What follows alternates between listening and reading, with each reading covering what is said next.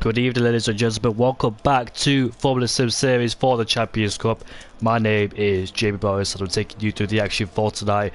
And we are here for round 5 of the Bahrain Grand Prix. 4 more to go, including this one. So let's see then how it all plans out here in the Middle East. Last time out we were in America and it was Kota, USA.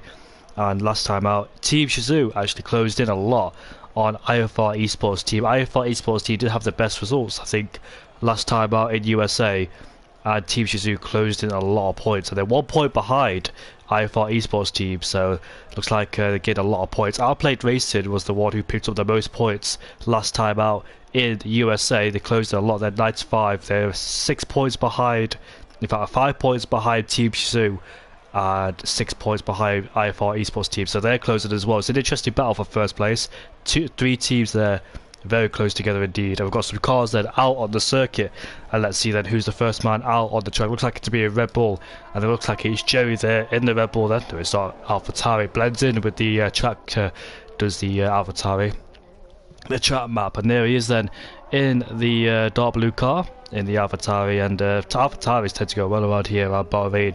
Pierre Gasly got his best result back in 2018, I believe, where he was in the Toro Rosso, finished in P4 on that day, as Bashir makes his way around the final corner. A lot of people have struggled here around the final corner before in the past, as Alex Albon or Jack Aitken back in 2020.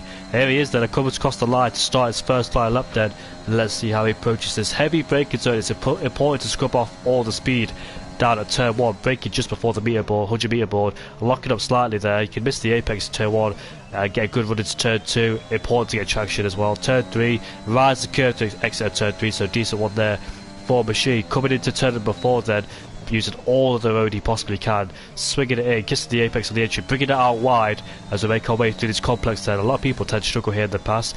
Hit the inside curve there and there, but don't make sure you don't hit the outside curve too much, otherwise you'll be sent off into the barriers then. Turn 8, easy call there, just build up traction. And turn 9 and turn 10, the double left-hander, you want to straight line the braking so you don't lock up too much on the entry. There he is, slight lock up, but it's alright because he hooks up the apex and gets a decent exit where you can hear a wheel spin coming out off the back of that AlphaTauri there. As we make our way down into turn number 11, you don't want to use the outside curve there because it will drag you off the track, so you just want to avoid that as much as you can. Just steps the wheel slightly but doesn't get off the track. Turn 12, stay off the curves, as we all know. A lot of us in the past have been caught out, especially myself. Coming through turn 13 there, decent exit as well, and uses all the road he possibly can. Jack Humphries getting out the way for Machine as he makes his way around the final corner. We'll see what the first lap time is for the session as he makes his way out of the corner in turn 14 and turn 15. DRS enabled then, and it's going to be a lap time of 25.8. And judging by my knowledge from that looks like a pretty decent lap time. If I think 25s is a decent lap time to get into, especially this early in qualifying too. So looks like a good lap time so far. We've got Jerry next across the line as he makes his way towards the line now. It's a 25.8 and he's 9,000 slower than Machine P1. Mercedes off the Nurko goes into P2 with a 125.8, so a lot of people in the 25.8s. As one of the McLarens comes across the line next, it's Legend, who did not race last time out. It was the Dutch Missile who took his place, but he's back this week, and it's a 25.9 for him in the McLaren. His teammates somewhere on the track, as Bolin there goes into P5 with a 26.2, with Burrell in P6 and Harb in P7, so quite a few drivers there, very closely matched, it must be said. Luca, I think, was to cross the line next, or that was his teammate.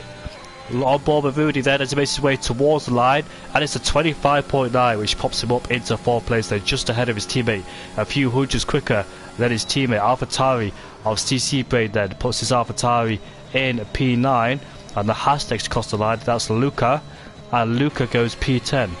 I'll check the comment very shortly. Yeah, my mic is working. And Asacombe, OP Asacombe in P4 with a 25.9. They're in good form, this OP Racing, Outplayed Racing. Hopefully they can keep up the momentum, because it's a close championship fight for the constructors between IFR Esports, Team Shazoo and OP Racing, so it'll be a very close battle between those guys. And so far TTG is leading the way in P1. There he is, Bashir. I think he's gone for a push, cool down push. He's going to go for a second lap. It looks like somebody's spun. Is that Luca? Yes, it is Luca. Where's that? That's down at turn number 7, I believe. Turn 6, turn 7 complex. So What did he do? Did he dip a wheel on the inside curve there a bit too much? Did he light up the rear tyres? Did he go for a second consecutive lap time and therefore the tyres were too hot? Couldn't continue and went for a spin? I don't think he'll be continuing on those tyres anymore. Will Luca? Looks like he was a 10th up as well in the first sector, so it was improving, but those tyres there must have got a bit too hot, and he'll come back in the pit lane very shortly then. OP Fedi FM coming towards the line. Sorry if I pronounced the name wrong. It's a 25.8. Wow, look at that. A lot of people there. Very close to the match. This competition is incredible as Rudy heads off into the pit lane then. We're running out of fuel. And there's your first lap times then. So both Hassers in P16 and P17. CC Brain in P15 there. And almost hit the wall. I think there's a little bit of lag. But Jack Humphries there. And the Aston Martin then in P6. Let's have a look at the comments because there's 4 comments. So let me get them up for you. Formula Sim Series. Let's have a look, shall we? Here we go then. So while everybody in the same time, can I race? I don't think you can, mate, because it's a team event. The top 5 teams within 9 points is crazy.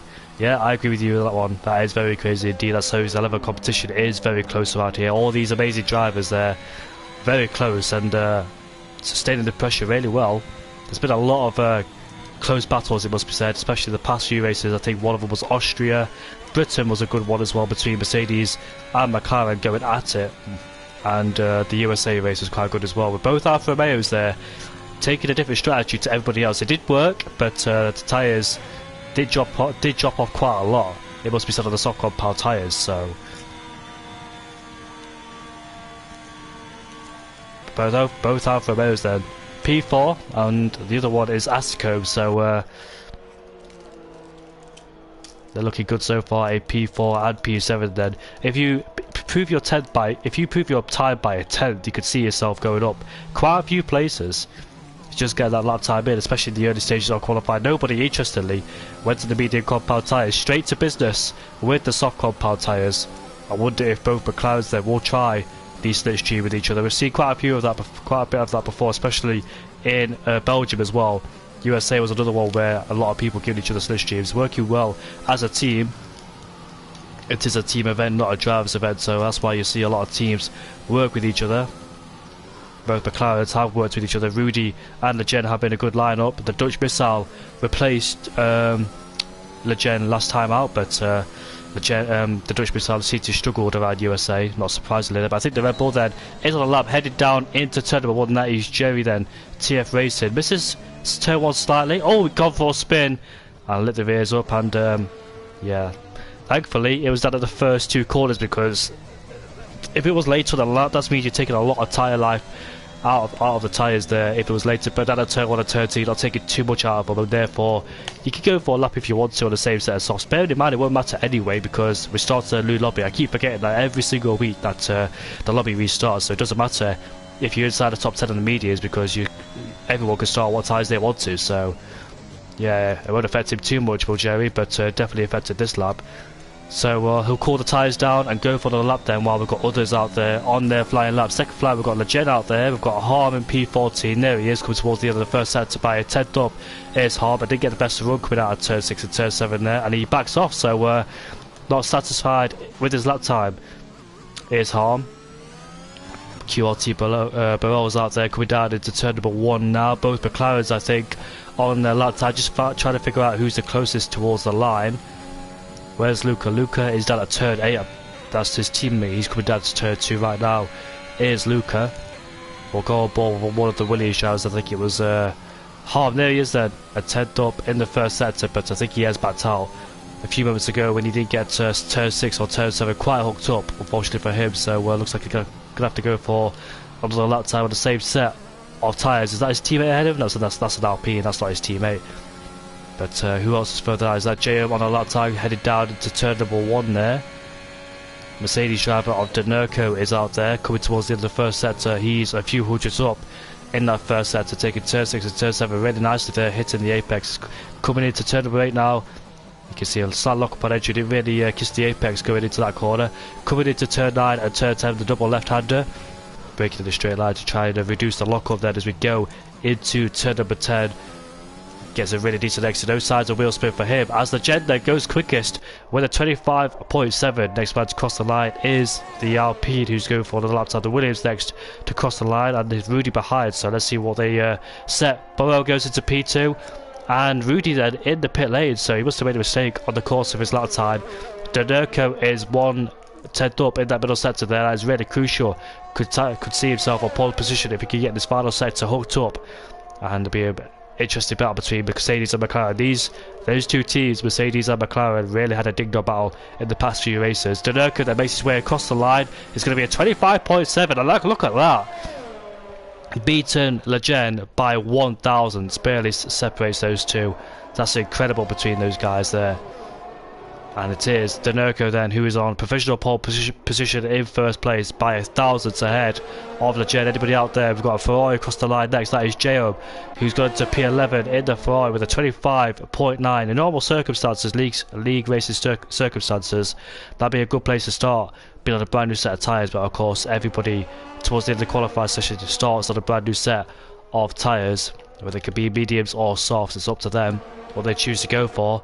There's Boland, 3/10 up in the middle sector, so looks like he's hooked it up on this second lap time.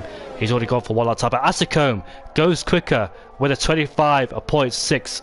Raises the bar, and we're in the 25.6 instead. What's Boland going to do as we make our way towards the line now? It's a 25.7, so big improvement from the RP driver, and he is up into P4 then with a 25.7. Barely separated anything between second, third and fourth there. It's just incredibly close. Pinnacle of league racing here.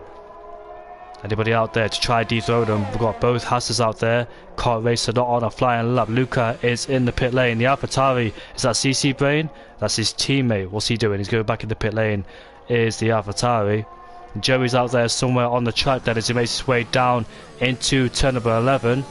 Oh, a bit of massive wheel spin there for the Aston Martin driver. Definitely going to affect him on the course of this part of the track. 1/10 up there in the middle sector, but his teammate though has gone 5th quickest in the Aston Martin. Jack Humphries there in P5, and now Joey's making his way towards the final two corners, and let's see how he takes this one. Definitely a lot of time to be found there for Joey, and let's see that as he makes his way towards the line. Is he going to improve for P13? Yes, it's P9, but we know there's a lot more time in that Aston Martin. Quite a few mistakes we saw there just in that second and third sector alone from Joey, so he knows there's plenty of time to be found in that Aston Martin. He just needs to hook it up and see where he can put that car. Louis, final corner there, 1/10 up in the middle sector. This will put him inside the top 10. It's crossed the line now, it goes in P2. Wow, I told you, look at that. If you gain a 10th or two, I could just move you up the pecking orders, and that's moved him up into P2 with a 25.6. Unbelievable. First to 17th is about 6/10 from Asicombe towards Harm down there in P17. But how many minutes we got left in qualifying? Last time I checked it was 4 minutes. 3 minutes and 20 seconds left to go in qualifying then. Pivotal times for everybody to try and get their lap times in, especially for Rudy there, who seems to abandon his second lap or second set of softs. So yeah, it looks like he wasn't satisfied whether he made a mistake or invalidated his lap time.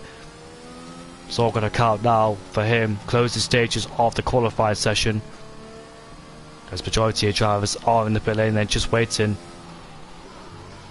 Hopefully it's all of those graphic glitches as well, where there's more time than it actually is. Had it last week and the week before. I'm not quite sure if there is about 2 minutes and 30 seconds left to go in this qualifying session. Rudy's came out the pit lane very much earlier in comparison to everybody else, so he's going for probably 2 laps just in case he makes a mistake on that one. I don't think he had enough fuel to go for another lap time, so it looks like his confidence level could be low. And might have fueled the car for 2 laps instead of the one, just in case he makes a mistake on his first one. He's always got a second one. That's why he's got out there very early to try and get at least one of those 2 lap times in. But can he hook it up in the first lap though? We've got more cars coming out of the pit lane, quite a few people on their out laps. Hopefully it won't affect Rudy's lap time as he wounds his way around the final corner. Then DRS enabled for the Dutchman as he's about to cross the line now to start his possible final flying lap as he makes his way down into turn one. Now that's an Alpine who's just came out of the pit lane there. Hopefully it would affect him. He gets off the track immediately. Might have distracted Rudy just a little bit there in terms of his eye line for the corners. It did get in the way, but it's still a distraction. Now making our way down into turn number 4 then. Let's see how he takes this one, hitting that inside curve, using all the track go on the outside there. You can see there a bit of oversteer kicking in. He's a few hundreds up in that first sector. Had to change the steering wheel correction a few times there in turn 6 and turn 7. Coming into turn number 8 then. Down in second gear, up into fourth immediately to try and reduce that wheel spin. And coming down into T9 and T10. A lot of people struggled, especially in the few gears before, because people were learning no ABS. It was so easy to snatch a rear brake up there and spin the car. As we head down into turn number 11, braking before the 50 board, hitting that inside curve. Don't use the outside curve there because it will force you off the track. Coming into turn number 12, then flat out corner. Just got to make sure you don't hit that inside curve. And he's almost 2/10 up. That is going to put him between the 25.7, and that could put him into P6 unless he finds more time. But there's a lot of people then on their final flying laps as Rudy makes his way towards the final corner, hits that inside curve really nicely, getting on throttle very quickly. And now he makes his way towards the line. Let's see what lap time he's going to set. It's going to be a 25.6. And he's on pole position then for the time being. Can anybody snatch it off him? His teammate out there is on a lap time. He is coming towards the end of the first sector. 1/10 up for the McLaren driver. Improving massively already, but has a massive lockup going into turn number 8 there. You can see as soon as he applied the brakes that the right front tyre was locking up, not the whole part of it. Turn 9 and turn 10. Lock up again, a bit hesitant. Goes off the track then, so Legend then lost a little bit of time. As qualifying then may be done and dusted. We're not quite sure yet because there is that glitch. Coming into turn number 11, and he's backed out of it. So Legend then is not satisfied with that lap time. He's going to have to go for it again if he can. Boland a few hundreds up in the first sector, but I want to see where's his teammate Harm. That's not his teammate, that's the Williams driver. Apologies about that, but he's about to make his way towards the line to start his final flying lap. Further behind there's an Alfa Romeo. Is that for Day? Yes it is, but looks like he hasn't improved. And where's his teammate? Asakov is in P2. Is he going for final flying lap? Yes he is. He's headed down into turn number 1 then. So quite a few people making mistakes on their final flying lap, going for a second one. But Burrell then for QRT goes quicker with a 25.5 then. So what a lap time that was from the Williams driver. Can anybody beat him? We've got everybody is on a flying lap right now. Let's see then who can snatch it away from him. Rudy's retired then, so he won't improve. Luca then a few hundreds up in that last sector. Can he find anything more? Make this way towards the line. Is that Rudy ahead of us? And he goes into P14. And looks like Boland then is headed into the pit lane. Is that Jerry next across the line? 4,000 up. Is the Red Bull driver making his way towards the line. He goes into P8. The Aston Martin, does that Jack Humphries? Yes it is. He makes his way towards the line and he goes P2. A massive jump there from the Aston Martin. He'll be very happy with that one. But is anybody out there improving on their final flying run? Car racer 2/10 up, almost 3/10 up in the middle sector then. Let's see if he can get himself out of last place, making his way towards the line.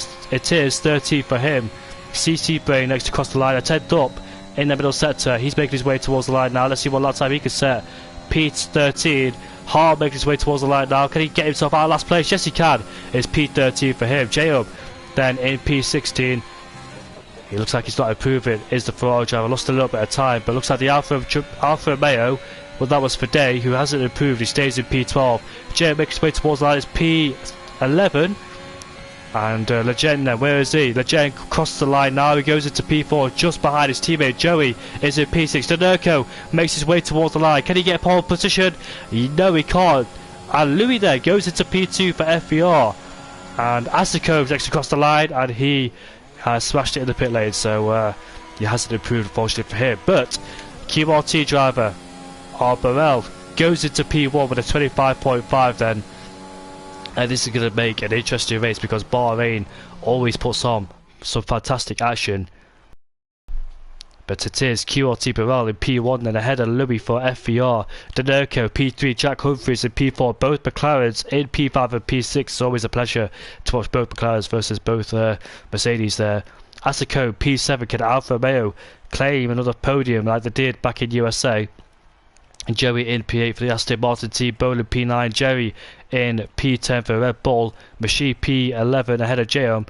That'd be the best place to start if it was normal qualifying circumstances going through to the next session. But of course, it is a lobby, another lobby, so everybody it's everybody will have a brand new set of tyres. Will go on the mediums or softs if they want to. A JO P12 for Ferrari, for Day P30 for Alpha, Hahn P40 is the CC brake. So looks like both Hasses there struggling in P16 and P17.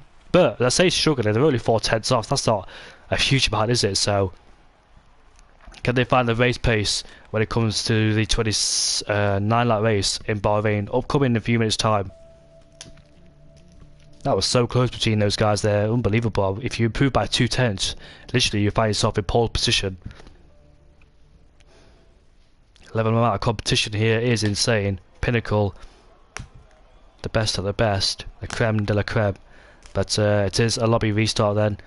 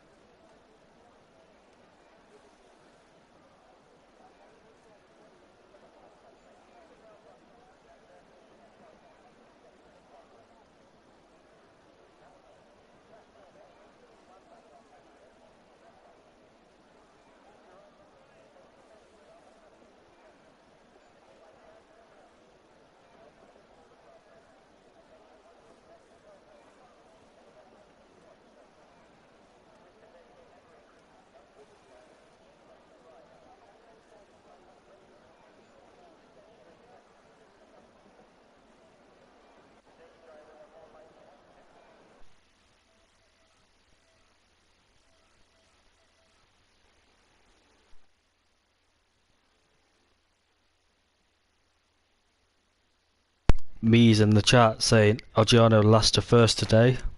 He's not last, it is Oggiano. He's currently, where did he start? The pecking orders get mixed up there, but